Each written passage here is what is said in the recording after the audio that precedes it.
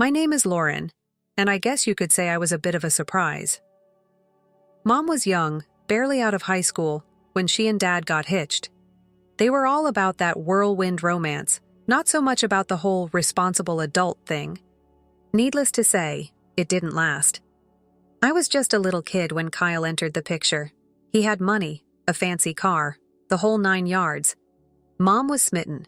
She left Dad, took me with her, and never really looked back, except to grab those alimony checks, of course. At first, Kyle seemed okay. He'd bring me little gifts, let me hang out in his big, shiny office. But Mom? She changed.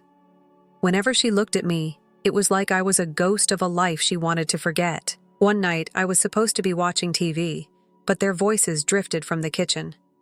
"She's too much like Scott," Mom said, her voice sharp, always asking questions, always looking at me like he used to.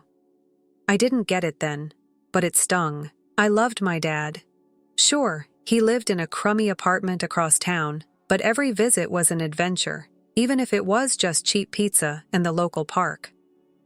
Mom's words that night stuck with me, and things only got worse. "Can't you do anything right?" she'd snap, whether I was trying to help around the house or just doing my homework. Dad was different. "You're doing great, Lauren," he'd say, beaming, whenever I showed him my schoolwork or some silly drawing. "Don't let anyone tell you otherwise." It was like living in 2 different worlds. When I started school, Mom became obsessed with appearances. It was all about the right clothes, the right friends. "Why can't you dress like Karen's daughter? Look at her," she'd say, shoving some picture of a party I wasn't invited to in my face.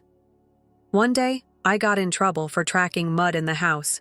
Something in me snapped. At least Dad doesn't yell about a bit of dirt. The slap came out of nowhere. I saw her hand move, felt the sting on my cheek. "Don't talk about your father like that," she hissed, her face close to mine, breath hot with coffee and anger. Tears welled up, but I held them back. Dad always said, "Don't let him see you cry." I wasn't going to give her the satisfaction. When Mom announced she was pregnant, the whole house shifted. It wasn't a good feeling. She had that pregnancy glow everyone talks about, but it never seemed to reach me. "I'm having a baby with the man I love, Kyle," she'd gush, rubbing her belly while Kyle grinned like he'd won the lottery. "It's going to be perfect." Kyle, always the charmer, chimed in. "We'll need to redo the guest room, make it fit for a little princess." My stomach sank. They were talking about my room, my tiny corner in their perfect world. "What about my room?" I asked, trying to sound brave. Mom gave me that look, the smile gone tight. "You can move into the smaller room, Lauren? It's only fair.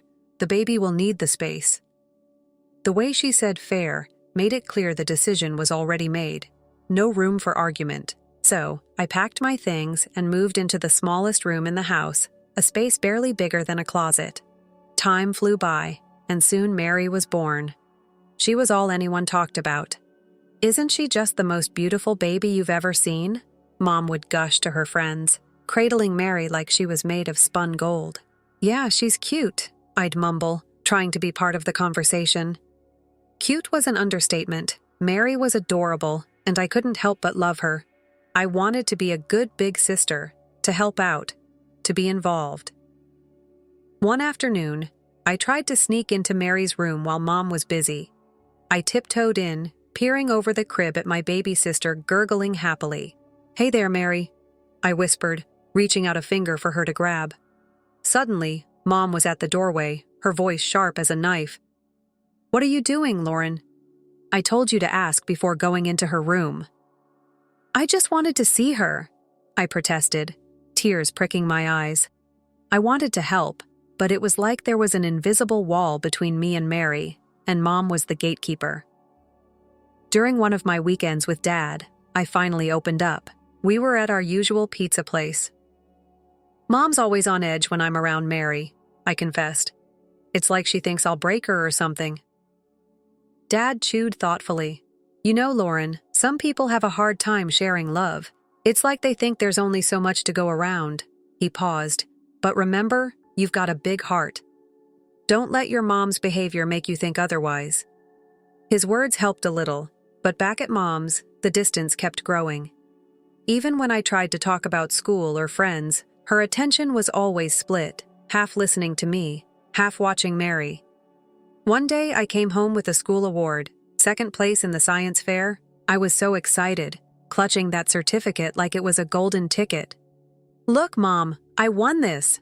I exclaimed, holding it out to her as she fed Mary. "That's nice, dear," she said, not even looking up. "Put it on the fridge or something." "Or something," I echoed to myself, the words feeling hollow. I stuck the certificate on the fridge, a bit crooked, and stepped back. Just another piece of paper. Just another day in Mary's shadow. By high school, things were rough. Between Mom's cold shoulder and Kyle's indifference, I felt more like a guest than a family member.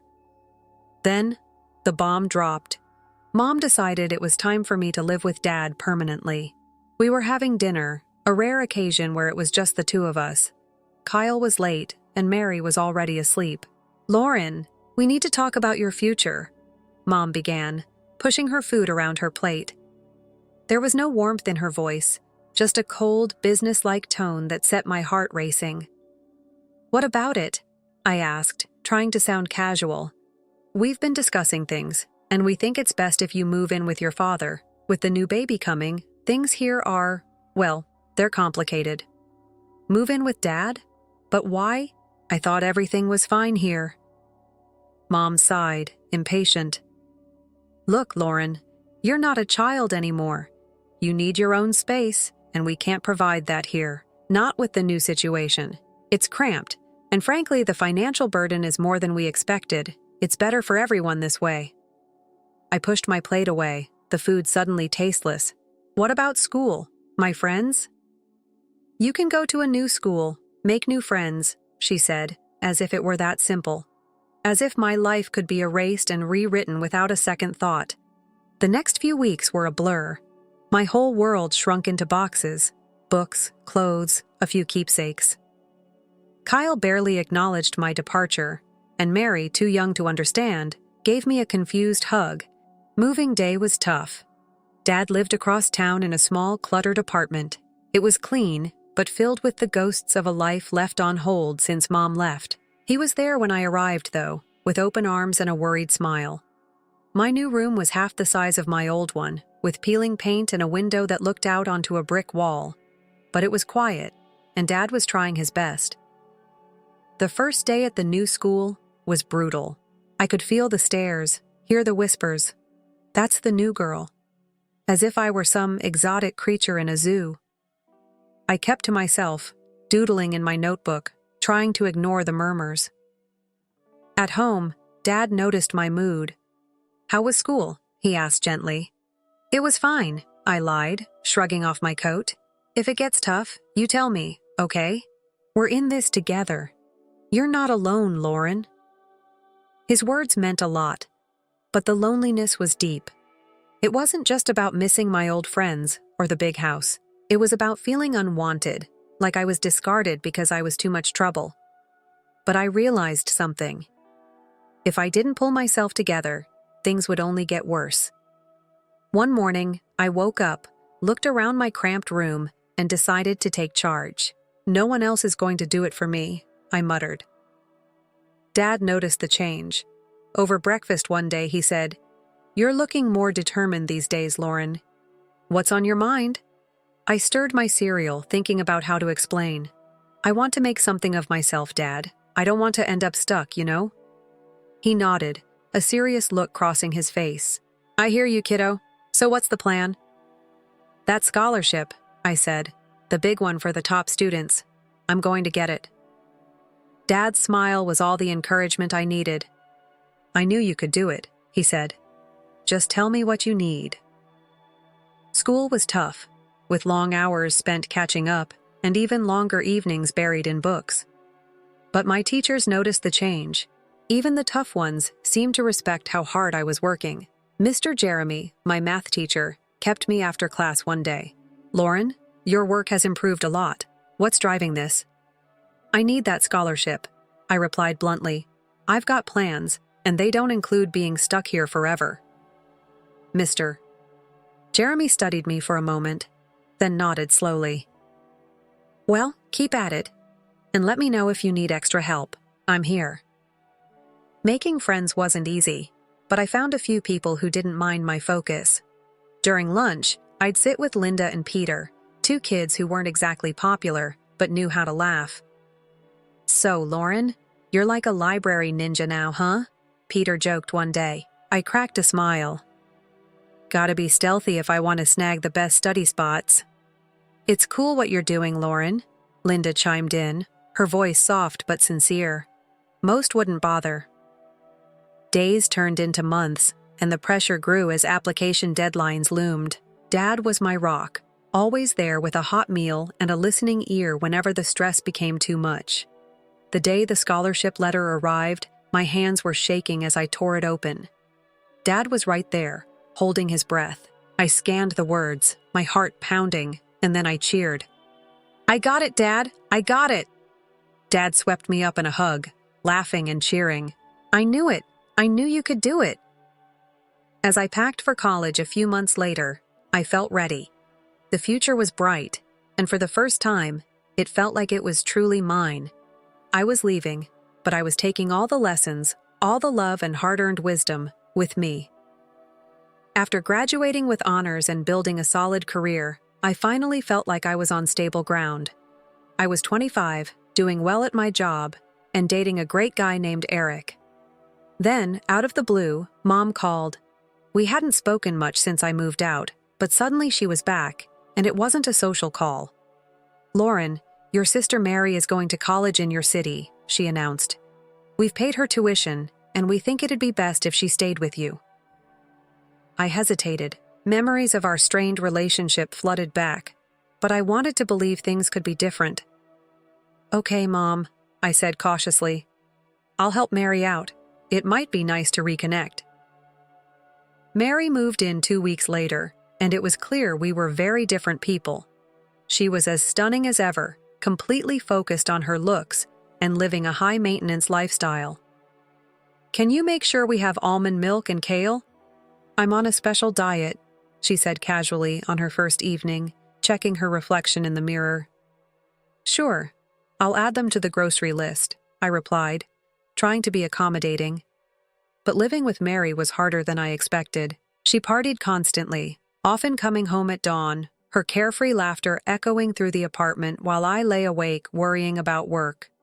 One afternoon, Eric came over while Mary was getting ready for another night out.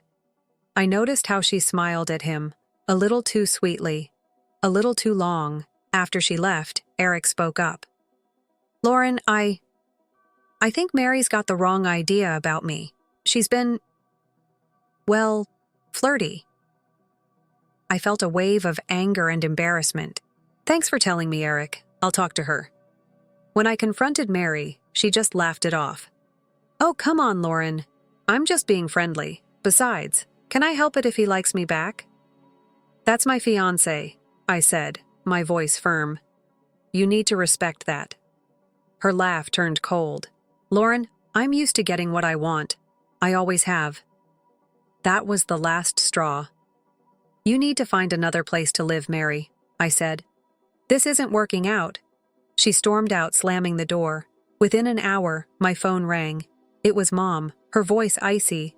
You're such a jealous girl, Lauren. You can't stand to see your sister happy, can you? I just want respect, Mom. That's all, I replied. But it was like talking to a brick wall. Things went quiet after that. I heard through the grapevine that Mary dropped out of college and was drifting through her social circles on charm and whims. I refocused on my life, my work, and my relationship with Eric. 3 years flew by. Then I heard Mary was getting married to some rich guy she'd met. Feeling a mix of curiosity and goodwill, I called home. Mom answered, her voice as cold and distant as ever. Mom, I heard about Mary's wedding. I just wanted to say congratulations. Well, don't bother, she spat. We're not expecting you at the wedding. It's for rich people only and we don't need any beggars there. I clenched the phone, the old sting of rejection hitting me hard. Really, Mom? That's how you're going to be? What did you expect, Lauren? You've always been the difficult one. Just stay away. And she hung up. I found out later they'd spared no expense on Mary's wedding, a lavish affair with hired celebrities. Time passed, and Eric proposed. My own wedding was simple but beautiful. Dad walked me down the aisle, the room filled with genuine smiles, a stark contrast to the grandeur and coldness of Mary's spectacle. Life was good. Eric and I were thrilled to be expecting our first child. Then, one afternoon, my phone rang, and the voice on the other end turned my world upside down. It was Mom. "Lauren," she blurted, "you have to take us in. We're desperate." "Mom, what's going on?" "It's all gone wrong. Kyle's business failed. We mortgaged the house for Mary's wedding, and now it's all gone. And your sister's marriage is over. Her husband kicked her out." I took a deep breath. "Okay, slow down. What exactly are you asking? We need a place to stay. All of us. We're coming to your house." "No, Mom. You can't just decide to move in with us. It doesn't work like that. Lauren, you owe us, after everything we've done for you." "You remember how you were when I needed you most. You pushed me out. You chose everything over me, and now you expect me to just open my doors?" "You're being selfish, Lauren. Where is your family spirit? I am your mother." "And you've never let me forget it," I shot back. "But being a mother doesn't mean what you think it does. It's not about debt and demands." "You'll regret this, Lauren. I might even take you to court to get what I deserve." I couldn't help but laugh, but it was more from disbelief than anything else. "Go ahead and try, Mom. Remember, Dad was my guardian when you kicked me out. What are you going to claim? That your daughter wouldn't let you live off her after you threw her out?" There was a pause. "This isn't over, Lauren," she hissed before hanging up. Life after that felt like a fresh start. Eric and I were busy with the nursery, navigating the joys and anxieties of expecting a baby. One Friday morning, I was folding tiny clothes, and Eric was assembling something with his electric screwdriver. There was a knock at the door. It was Dad, with a big grin and a teddy bear in hand. "Surprise!" he exclaimed. "Dad, what are you doing here?" I rushed over to hug him. I wanted to see how my favorite daughter is doing, and I brought something for my future grandchild. We sat down, and I told him about Mom's call. Dad's expression turned serious. "I stood my ground," I said. "I had to. For me, for Eric, for the baby. We need peace here." The day passed in a blur of laughter, stories, and unsolicited parenting advice. As the sun set, Eric, Dad, and I sat on the porch. "Despite everything with Mom and all the drama," I said, "I feel lucky. We have each other, and we're about to start this amazing new chapter." Eric kissed my head. "We've got this, Lauren." As Dad said his goodbyes, I felt a deep sense of contentment. The challenges with Mom and the uncertainty of new beginnings had been tough, but they led me here, to this moment, surrounded by love and support. And I knew, with a certainty that settled deep in my bones, that we would be okay. Story 2. Almost as long as I've been Maverick's wife, I'm Zinnia, and I work as a doctor. Despite all of the highs and lows that come with a long marriage, our 29 years together seem to have flown by in a flash. Our large, always warm home was bustling with activity, particularly when Ronan and our 2 sons were little. Even though they were completely different from one another, they both contributed to our satisfaction in distinct ways. Both Maverick and I were physicians, and we put a lot of effort into making our family's life secure and pleasant. In order to generate some more revenue, we eventually even purchased a few apartments and rented them out. Everything seemed to be going according to plan, as if we had a nice course. Everything appeared to be going well until Maverick returned home one day, and I could tell by the way he looked that something was up. I hadn't seen him that somber and pallid in a long time. "Zinnia, we must speak." He put his medical bag down beside the entrance and spoke in a deep, solemn voice. "Last week I had several testing completed. The findings have returned. It's cancer. Zinnia."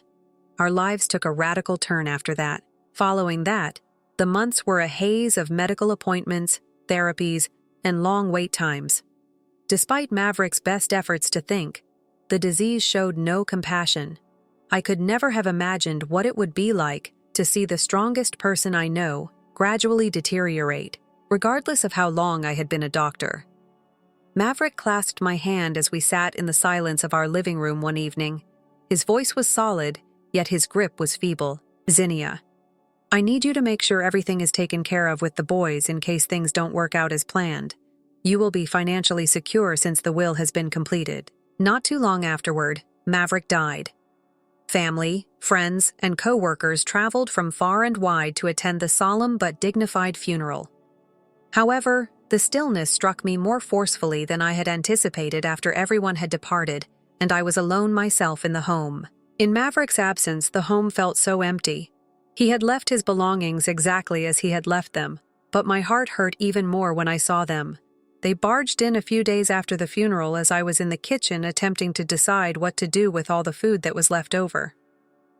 Ronan followed him with a worried, angry expression on his face, as if he wished he were somewhere else. "We must discuss Dad's, Mom." As usual, he got right to the point when they responded, "Well?" I put down the plastic wrap I was holding and groaned. "Yes, I am aware of it." Silently, I said, "I inherited everything from your father." I jumped as he slapped his hand down on the counter, wanting to make sure I was taken care of there. "What about Ronan and me, though? We're his sons. The fact that we receive nothing is unfair." There, Ronan, who was always the more composed one, attempted to diffuse the situation. "Let's take our time with this. Mom is still in mourning. We don't have to battle to solve this. However, it was not having it. It's easy for you to say." He fired back. "I worry about the future, but you don't." I felt the weight of what they had spoken as I leaned against the counter. "I constructed this life with your father, and he trusted me to take care of everything. I hear you there, though. I understand that you don't think this is fair." Raising his voice, Thayer crossed his arms. "What is the strategy, then?" "We simply bide our time till you deem it appropriate to give us our portion." There, I sensed my patience ebbing. "Observe your tone," I yelled. "Your mama is still me." With his hands raised as if to mediate the dispute, Ronan moved between us. "Please, both of you," he begged. "Nobody is benefiting from this. Perhaps we can find some middle ground here, Mom." I massaged my temples, experiencing the strain of the circumstance. "Construction." After a time, I responded, "All right. What we can do is this. I bought those downtown flats with your father." I looked at the person who was still furious. "Each of you takes an apartment.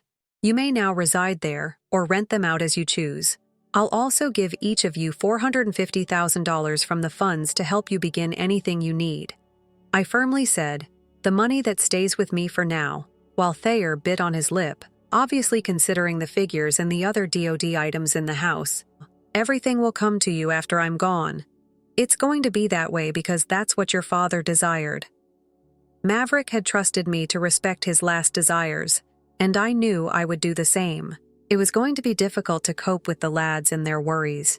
Despite the loss of our strongest anchor, we would need to navigate these unfamiliar seas as a family.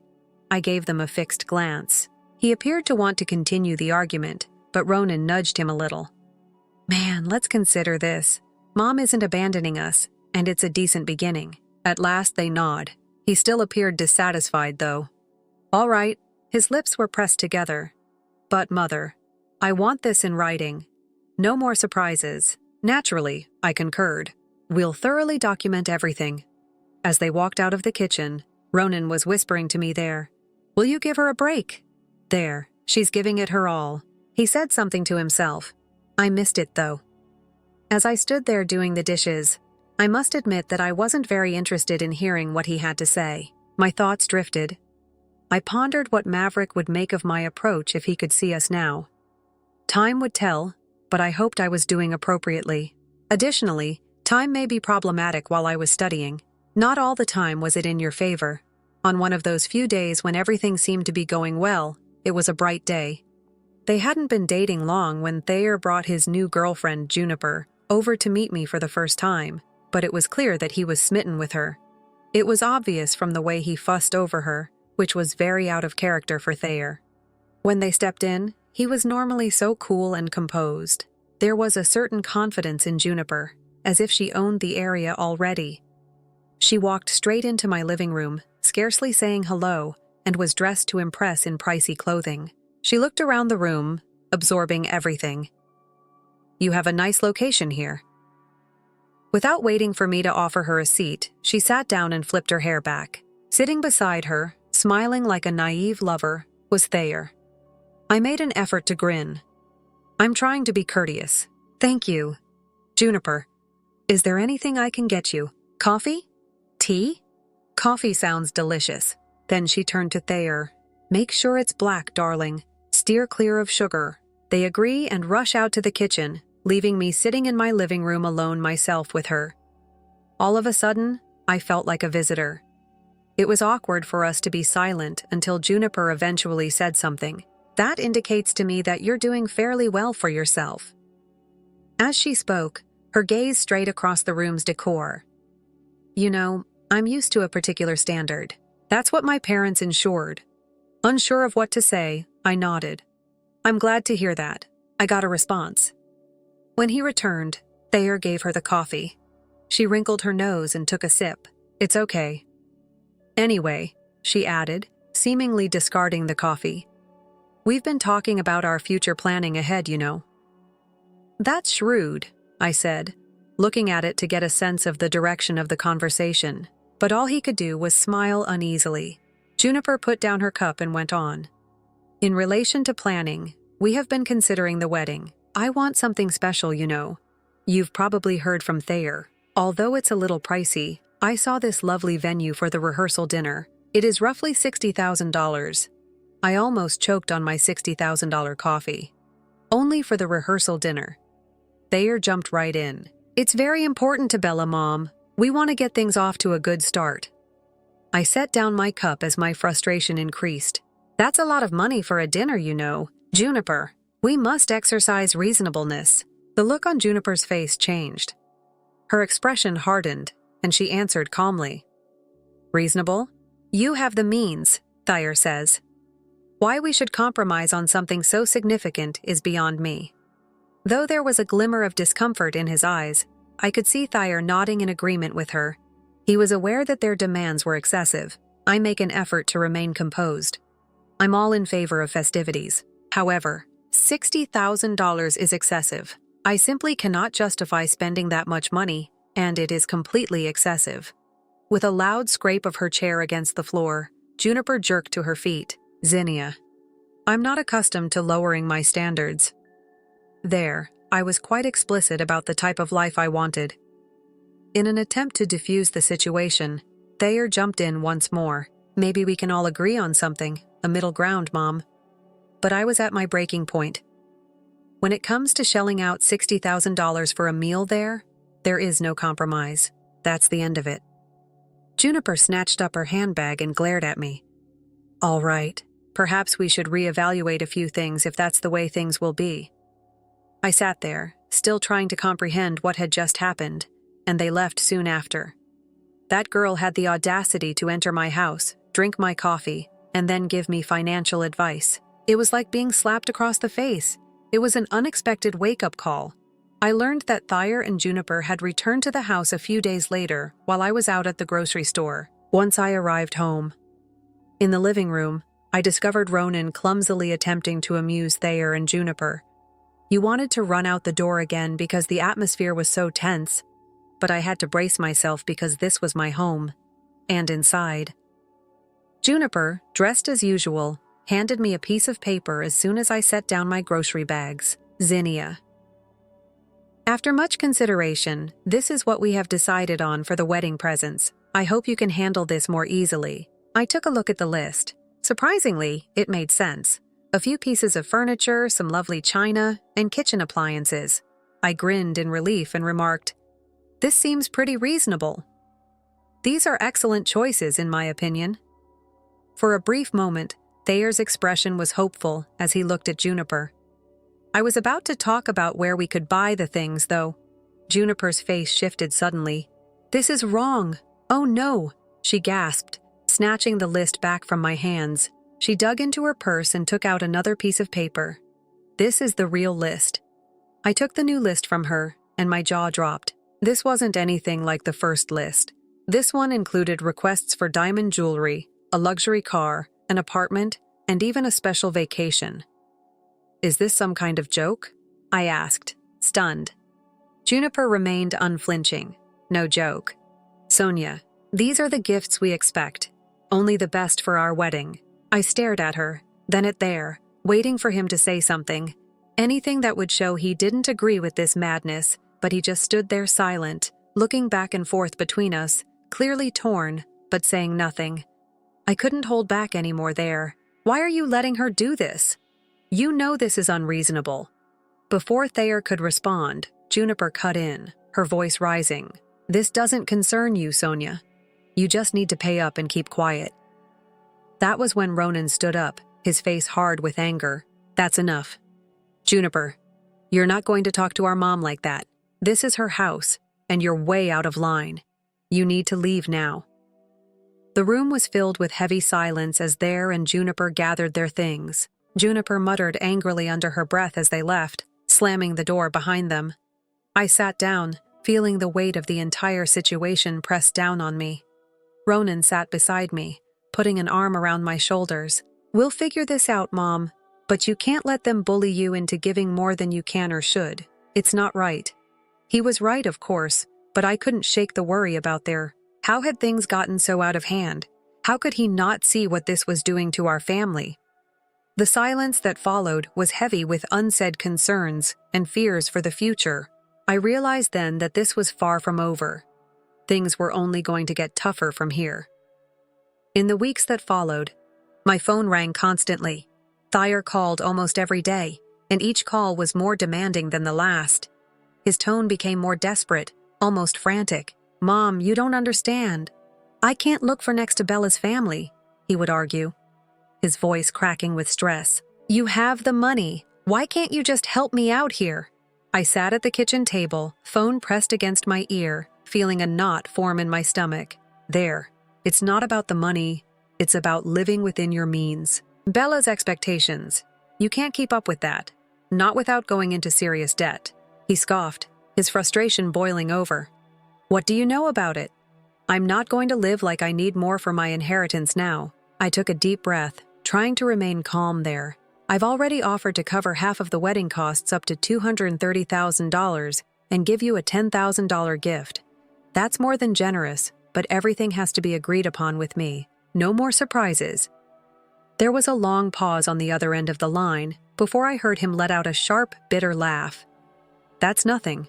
You're just being stingy. You have $1 million sitting there. Why are you holding out on me? I closed my eyes, feeling the familiar ache in my chest. Because it's not just about the money. It's about making smart decisions and not letting yourself be driven by someone else's unrealistic demands. But there wasn't listening anymore. The calls kept coming. The same arguments over and over again.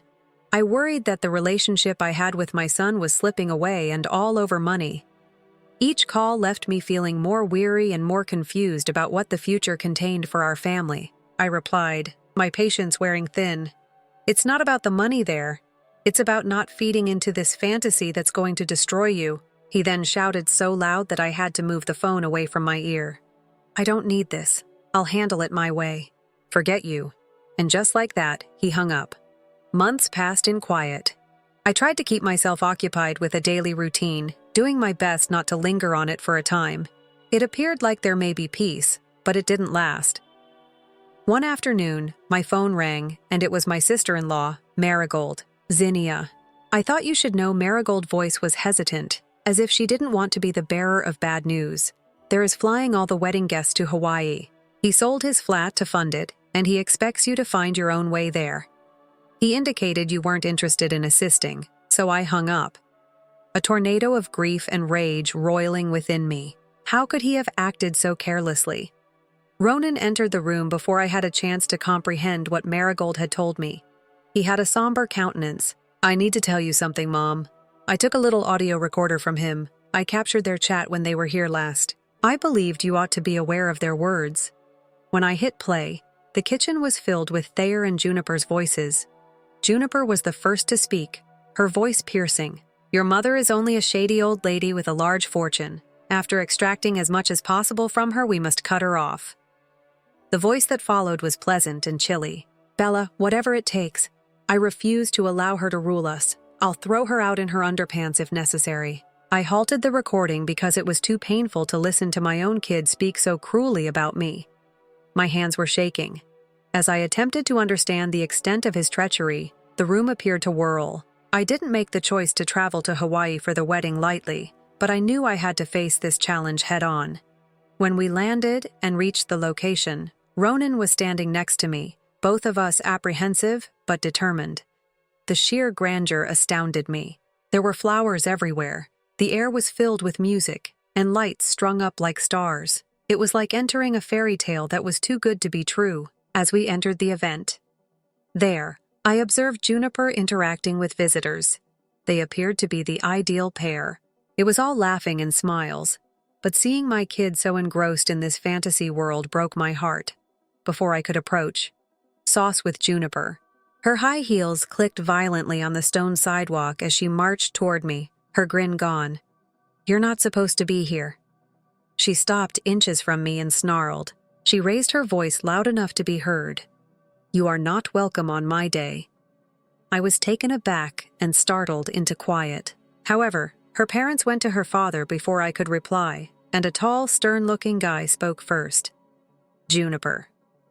Speaking to guests in that manner is unacceptable, especially Thayer's mother." I could see Juniper in his tone, which was harsh. Embarrassment made his cheeks flushing.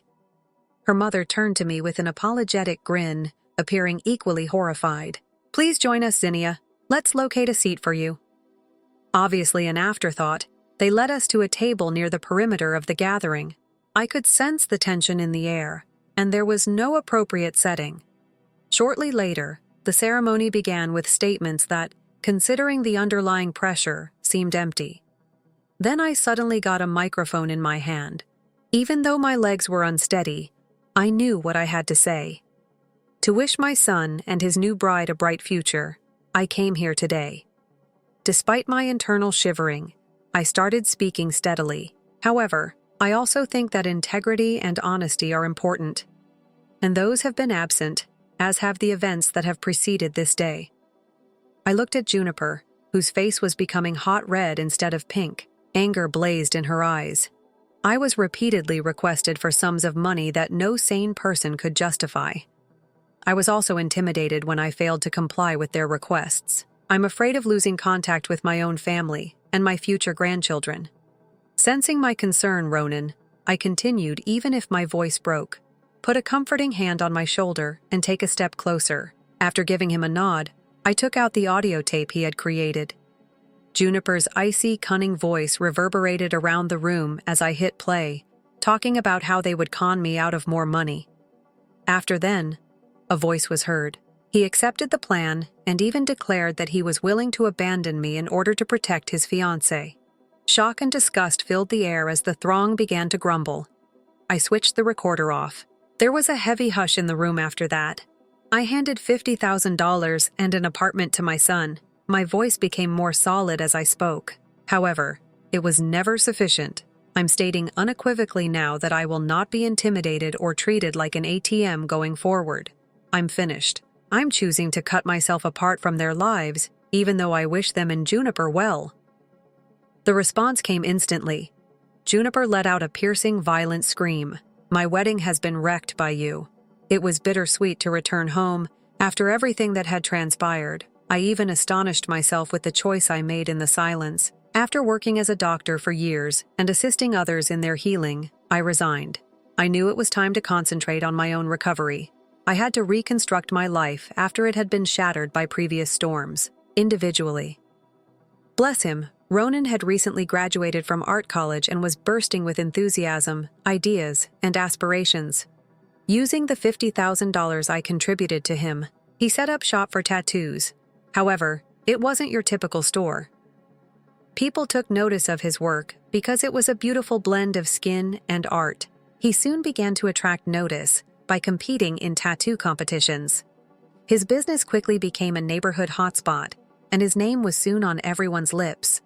Ronan quickly grew, adding new sites and creating a network of tattoo parlors that attracted a lot of tattoo fans. Late at night, I would watch him sketch. His commitment is evident and motivating.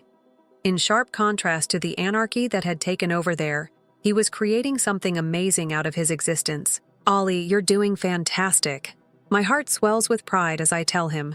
During this quiet period, Thayer made a comeback. He arrived at my door one afternoon. His shoulders drooped, and his eyes appeared weary. He wasn't the astute, driven individual I had known before he received an invitation. He took a seat and talked. "I need to chat, Mom." He spoke in a tired tone that was very different from the demanding one I had become accustomed to. I let out a sigh and motioned for him to go on. "What's that?" "Bella is here," he said, furiously massaging his face. "She is making me obsessive. She keeps asking for more, and nothing I do is sufficient. I was even hired for a second job. For her, though, it's still insufficient." Even though I could sense the despair in his voice, the past was too easily erased by his words. "I warned you, Thayer." My voice was solid as I said. "I warned you that cohabitating with someone like her would only end badly. I am certain that you did." With sadness in his voice, he confessed. But I had an idea. What did I think? "After years of being frustrated that the money would just show up because you wanted it to gaze at your brother," I interjected, unable to control my tone. "He began with the same sum of money as you, and without trampling on anyone's toes, he created something." My statements made Thayer furious. "Mom? Not everyone is like Ronan. The inheritance belongs to me. Should keep in mind, I'll figure it out after you're gone." The final straw was that, "Step outside." My voice was icy and decisive as I spoke. "And don't return. You made your own decision." He remained there for a time, his jaw clenched as if he were about to argue. He slammed the door behind him as he turned and ran out. There was a heavy stillness after that, but I felt no remorse. Ronan heard the final portion of our conversation and came downstairs. "Mom, are you all right?" he inquired. His expression was one of concern. I put my arms around him and nodded. "Thanks to you, I am now. Just concentrate on the good we can do and the life we can create together." I felt calm in that instant when he gave me a hug in return. We still had each other in spite of the hardships and heartaches there, and that was plenty to keep going. Calm down once Thayer left the house. This tranquil time was the first time I had felt in years. Ronan introduced us to a unique individual. Callista was her name, and she was everything. Juniper lacked humility, kindness, and real concern. Their romance developed over the course of the weeks and months, and they soon declared their engagement. Their wedding was the exact opposite of what they had planned. Extravagant event. In our backyard, it was a small yet meaningful ceremony. The garden's flowers. The day was made lovely by homemade decorations and a small gathering of close friends and relatives. I drew Ronan aside at the reception. "You've made a great choice." My voice was full with emotion as I spoke. He looked at me knowingly as he clasped my hand. "The finest taught me." After then, life happened fast. Together with some of their savings, they utilized the proceeds from the sale of the flat I had given Ronan to purchase a comfortable small home a short distance away. We were enjoying tea in their beautiful living room one bright day when Callista broke some news that almost caused me to spill my drink. "Zinnia, we have twins on the way." Her eyes glowed with anticipation as she made the announcement. "Twins!" I repeated, ecstatically happy. "That's fantastic news." Ronan grinned proudly. "Mom, we wanted to let you know first. We are quite joyful." "Twins!" I repeated, allowing the words to fully register. I felt a fresh thrill at the prospect of being a grandma. I couldn't wait to start this new chapter in my life. There wasn't much news from Thayer. He had divorced Juniper when I last heard from him. He had to start again in another city because she had taken almost everything in the separation. The knowledge that he was out there someplace, hurting as a result of his own decisions, still ached despite everything he had done. Ronan sat next to me one evening while I was looking through old photo albums. A photo of Thayer and me from years ago caught his eye. "Is he ever in contact with you?" Gently, he inquired. I gave a headshake. No. After everything, even if it pains me, I have to accept that he has chosen his own path. Ronan wrapped me in his arm. I still consider him a brother, Mom. Perhaps he'll change his mind. Perhaps, I answered, not sure if I believed it. But with those twins on the way, there was plenty to concentrate about for the time being. Ronan laughed. Yes, you will soon be the busiest grandmother in the community. The sound of our laughter filled the room with warmth. It felt like everything was finally falling into place right now with Ronan, despite the history, the errors, and the heartaches. We were and are getting on with life, with fresh aspirations and ambitions imminent. Story 3. Going to the hospital by yourself will be fine, right? Otherwise, I vow I'll send you directly to hell. My husband Porter used such terrible remarks when he had me get out of the van after my water broke. My name is Marin, and I'm 9 months pregnant with our first child. Although I've been nervous, I'm also really thankful for this new phase of our life. Porter. My spouse has a desk job, and normally has the weekends free, but he seldom gives any help at home. Most weekends, he travels back to his folks' place, which is nearby. It's bizarre. He doesn't have any solid cause to go yet. Instead of hanging out with me, he spends nearly every weekend there. To be cautious, I haven't done any hard lifting since I got pregnant. Friends assist me when I buy groceries, such as large bags of rice. I get up early to make breakfast, drop Porter off at work, clean the home, do the laundry, and, if necessary, go shopping. After I'm done, I get some alone time in peace. Since commencing maternity leave, I took up writing about my day-to-day life, recording simple things like meals, flowers, and sunsets. For me, it has turned into a tiny pleasure. One evening, Porter returned from work as I prepared dinner. As usual, I cleaned up his jacket and backpack after he threw them on the couch. I tried to keep things warm and said, "Welcome back. Dinner's ready." I made hamburgers tonight, but he just went straight to the bathroom, barely responding. After 3 years of marriage, though occasionally I questioned whether this was truly how marriage was meant to feel, I had grown accustomed to his lack of affection and consideration. After a shower, I offered him a drink. "Where's the beer?" Irritated that it wasn't on the table, he inquired. I apologized, stating that I'd neglected to get it that day, then go to the shop. "Now," he demanded. His voice was harsh and merciless. I was surprised by his request. He urged me to go get alcohol even though I'm 9 months pregnant. When I attempted to explain that I had trouble getting about, he became even more irate and insisted that pregnancy wasn't a valid excuse for preferential treatment. According to him, my mother was always active during her pregnancies. His fury worried me, so I unwillingly walked to the store. In the shop, I ran into Emery, Marin, our neighbor. "Why are you here at this hour?" she inquired with a kind grin. Porter wanted beer, so I told him and made sure I went purchase it. "How come he didn't go himself?" With worry, Emery inquired. That's what I said. I said, "But he didn't listen."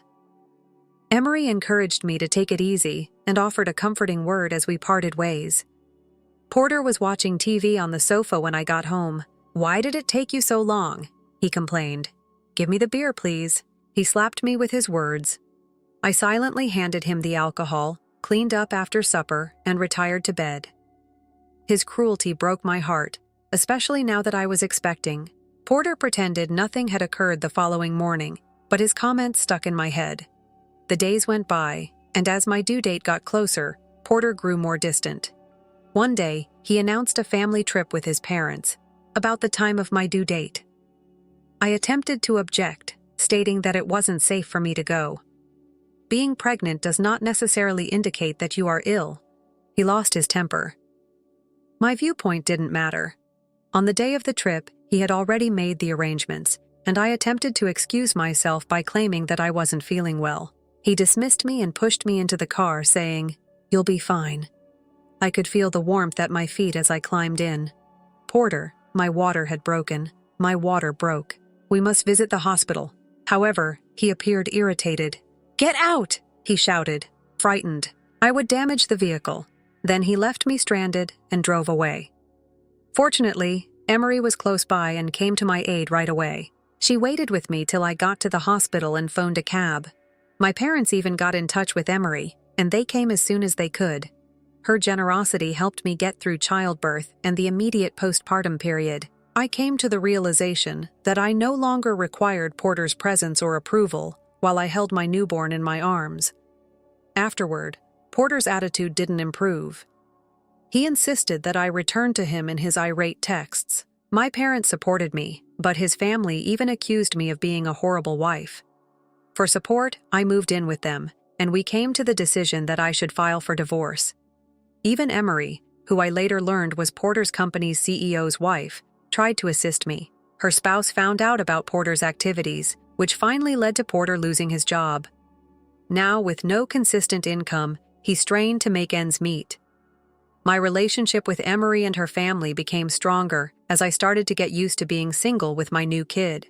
They came frequently, and I even got to know Emery's kid, who is about my age. We became closer over time, and I soon found myself beginning a new relationship with him, a turn of events I never anticipated. In retrospect, I appreciate the help that friends and family provided. A loveless marriage no longer held me back, and I could now concentrate on providing a caring, joyful home for my child. I had never felt stronger, yet life had shifted in unexpected ways. Porter frequently made terrible analogies between me and his mother, but he never gave them any thought. He looked at the food I had made one evening and sneered, "I am unable to consume this. Get a better one." My heart fell when I heard this. I had just had a bath, and it was now late. "Are you unable to purchase it on your own?" I inquired, irritated. Porter gave a scowl. "Ignore it. You didn't even make a nice supper after forgetting to get beer." Then, without saying anything more, he bounded off, going to his parents' house. I felt a weird sensation of relaxation as I sat by myself in our peaceful house. The next morning, as I predicted, I received a call from his mother, outraged about how I had mistreated Porter. She refused to listen when I told her what had happened. "So, I'm sorry." Just to terminate the talk later, I felt even more sad with Porter leaving. I planned to enjoy a peaceful late breakfast, but thoughts of him coming later that night weighed on my mind, recalling what had happened the night before. I decided to make a special dinner that evening, hoping it would calm things down. I added Porter's favorite beer to the trolley along with the best ingredients, determined to make a lunch that would gain his approval. I laid the table wonderfully, giving the dinner my entire attention.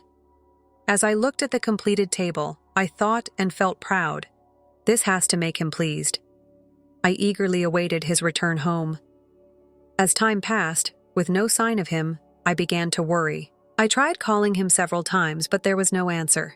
An hour later, then two. Anxiety replaced my worry. I reasoned that he may have visited his parents' home. When I called them, they informed me that he had also failed to show up. When Porter eventually stumbled in the door, obviously intoxicated, it was getting close to midnight. "Home," he muttered, tumbling to the floor of the corridor. I hurried over, worried. "Are you all right?" In an attempt to assist him, I asked, but he pushed me away, slurring, "Leave me alone! Keep your hideous face away from me." He just laid there on the floor after his words struck me like a blow. I was saddened and horrified as I stood there. My eyes are welling with tears. I had worked so hard to prepare a delicious supper, and it was totally ignored. Porter awoke the following morning, sluggish and complaining of a headache. "Why did you leave me lying in the hallway?" he asked, glancing at me. I told him it wasn't my fault that he had decided to lie down there. "You're my wife, right? It's your responsibility to look after me when I'm intoxicated." As though that were the most apparent thing in the world, he said. I was exhausted and questioned why he held me responsible for everything. "You could have informed me if you weren't going to eat at home. I made a delicious dinner and even made many attempts to call you. Why did you not respond?" I inquired. Porter simply shrugged. "The date of my drinking party was moved to yesterday night. I don't have to tell you everything." "It's difficult to answer the phone at a party," he said icily. My heart cooled with each word. My dreams of his being a devoted husband are dwindling. Realizing I couldn't alter him, I began thinking of my own pleasure. Our baby was on the way. In addition, I had heard tales of childbirth pains. I was more excited to meet this new life than I was afraid. My spirits were raised when my neighbors would reassure me that it would only be a short while longer. Porter once returned home with a surprising recommendation. He remarked, "Hey, let's take a family vacation." I was taken aback, believing he meant only us. Then he explained, "My parents would like to accompany me." It made me uncomfortable every time Porter and I had a disagreement. His folks blamed me all the time. Nevertheless, I gently reminded him that it wasn't safe to travel great distances and that my due date was quickly approaching. He said, "How many times do I have to tell you?" with a frustrated expression. "Being pregnant does not necessarily indicate that you are ill. My folks are thoughtfully inviting us." He just snapped when I attempted to protest that it was too near my due date. "Follow instructions. Everything has already been decided.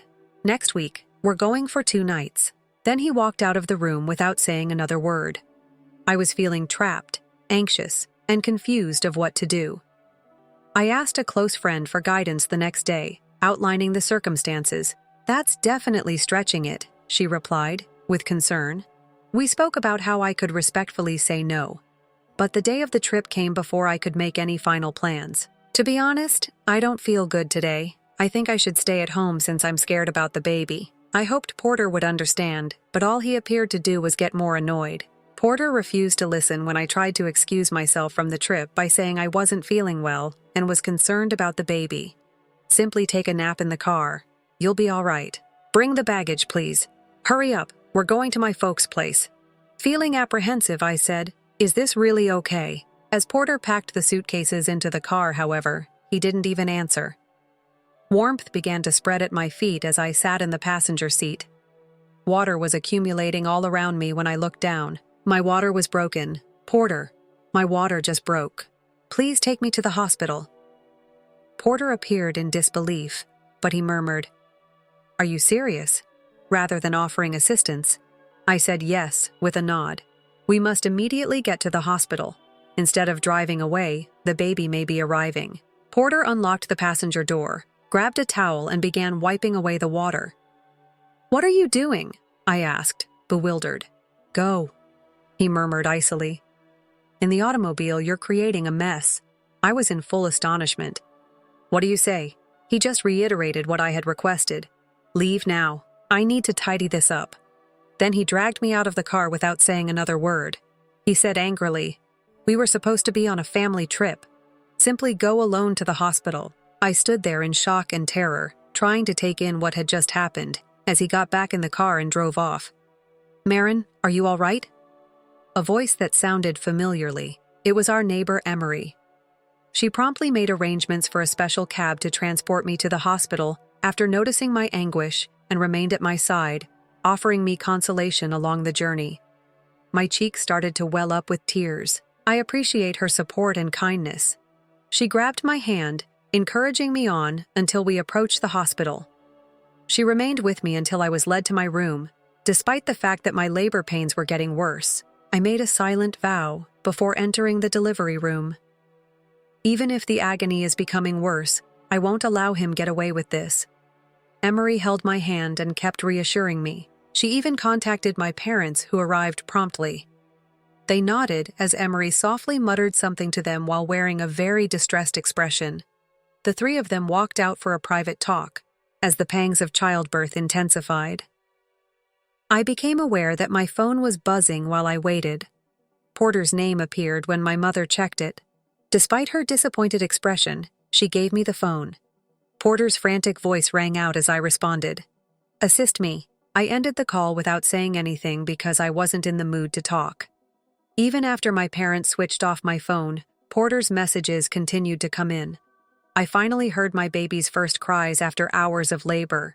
In relief, Emery and my parents stood next to me, grinning warmly. At last, I closed my eyes and went to sleep.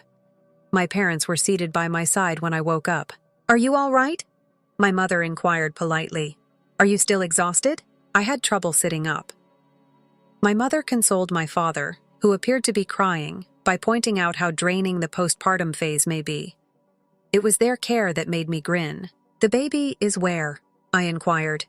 According to my parents, the baby would return shortly after having some standard testing. I saw that Emery was absent and was aware of my silent query. According to my mother, Emery departed some time ago. Knowing that she had supported me through one of the most terrifying times in my life made me feel really grateful. I made a self-promise to go see her when I was released so I could properly thank her. In order to inform my friends about the birth, I switched on my phone. Porter's innumerable missed calls were the only thing I saw, but I had no urge to answer. His cries were no longer consoling or hopeful. I closed the notifications without hesitation. My friend came over later to congratulate me. She was astonished and incensed when I told her about some of the recent happenings. She reminded me that my health and well-being were the most important things at this point, and joked that she would want to vent to Porter. I told my parents I was thinking of getting a divorce when they politely inquired about my plans with Porter after they had already been briefed by Emery. They extended their whole support upon my release and supported my choice. I intended to stay with my parents, who had previously prepared a room for me. Porter had attempted to visit the hospital, but I'd advised the personnel that I didn't desire to see him, so he wasn't let in. Emery paid a call the following day and brought a basket of fruit. "Emery, did you come?" "With happiness," I said. She gave me advice with a kind grin. "Just don't overdo it. Recovery after giving birth might be difficult." Her reassuring words made me sigh with relief. I expressed my sincere gratitude and thanked her. "The most important thing is that you and the baby are healthy," she said, with a soft giggle. All I wanted to do was assist. She added that I discussed what had transpired with my spouse during our conversation. "He's quite furious." I became aware that she was defending me in unexpected ways. "Emery, I'm very sorry for getting you involved," I responded, a bit guilty, but she dismissed my worries with a grin. I appreciate Emery's generosity. I felt a feeling of tranquility, despite all that had transpired at that moment. I came to see that everyone around me genuinely cared about me and supported me. I was sure I would be okay. I apologized profusely to Emery for bringing you into this. She gave a forceful reply. "Do not be concerned. Do you recall who allowed Porter to work for his present employer?" I had never heard Emery speak in such a severe manner before, and I understood that she was really reaching her breaking point with him as well. In actuality, Porter worked for a corporation whose CEO was married to Emery. When we originally moved into the area, I was unaware of this, but as time went on, and we kept running into one another at local shops, we grew closer. We had even begun to share tea. And in those talks, I learnt more about her family and her husband's position. Porter, though, had no notion of Emery's link. He seldom ever engaged with our neighbors or accompanied me to neighborhood gatherings. I had kept it a secret, since Emery had once urged me not to tell him, stating that she didn't want any difficulty. As my pregnancy went on, and Porter's irrational actions persisted, Emery had subtly advised that I speak with him. However, I had always said no, since I didn't want to force it. However, she seems to have altered her mind after this latest occurrence. I now saw why Porter kept phoning Emery, maybe as a last-ditch effort to maintain his dignity. I just can't express how grateful I am. Touched by her strength and loyalty, I said. Emery smiled warmly at me when he saw me crying, and added, "Marin, you're a dear friend." When something like this occurred to you, I couldn't watch helplessly. There were many genuine smiles and expressions of thankfulness during our chat. However, Porter's communications continued flowing in, disregarding the deluge of warnings. I focused on going forward and fantasizing about what life might be like with my kid, free from Porter's harmful methods. I was about to leave the hospital when a close friend dropped by and gave me her phone, telling me to watch this.